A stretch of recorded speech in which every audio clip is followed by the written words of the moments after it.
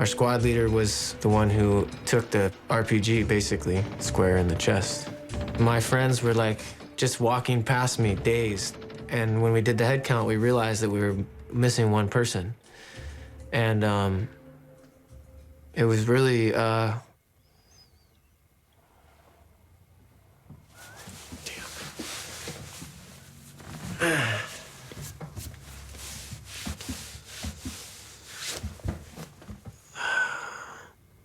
it broke my faith, man.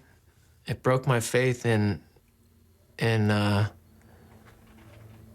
something good coming of what we were doing. The alcohol helped suppress my feelings. I was having a lot of suicidal ideation. I was having a lot of homicidal ideation too. And it was getting really scary. I was afraid of what I was gonna do.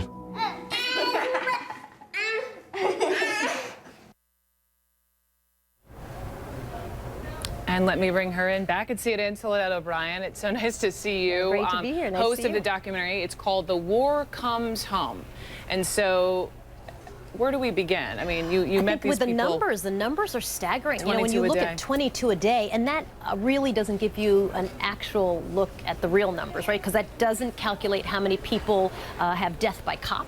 That doesn't calculate how many people OD. That doesn't calculate how many people drive their car off of a bridge or something. That's a look at the suicide number. So many people think, and many states don't even keep track of the numbers of suicides. Yeah. So many people think that number is actually a little bit low. I had parents on my show a couple of times now, Howard and Jean Somers. They lost their son who had served, came back, committed suicide in 2013. I'll never forget the interview, and they wept as they read part of the note to me, and part of their issue was issues with the VA, trying to get help and giving up on that. And so you specifically featured this place in California called Save a Warrior, where you found these veterans. Tell me about that. Yeah, you know, I think we wanted to take a look at something outside of the VA. There are a million people who could sit here and tell you all the problems with the VA. They've been well documented and clearly. Yeah.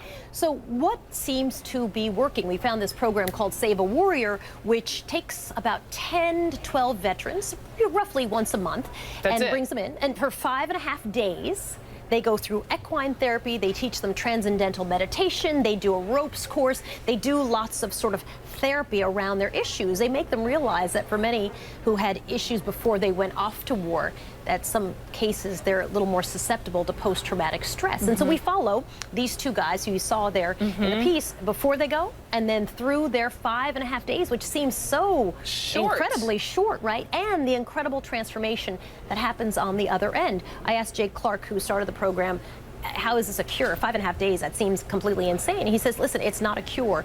It's a way to show another path. If you're going down that path where you're so desperate that you're done, that suicide is the option, this sort of opens up another path. And with hard work, you can go another direction. There is another sort of way to go that has some hope. I think the main thing, though, or one of the many things that seems to be working, is the brotherhood. Remember, a lot of these guys and women go off to war, have this brotherhood, if you will. And then they come home and it's like they're isolated. They come home and they're isolated, and they're dealing with all the things that happen when you have post-traumatic stress. So really what we saw through Save a Warrior was quite remarkable in that 5.5 day window.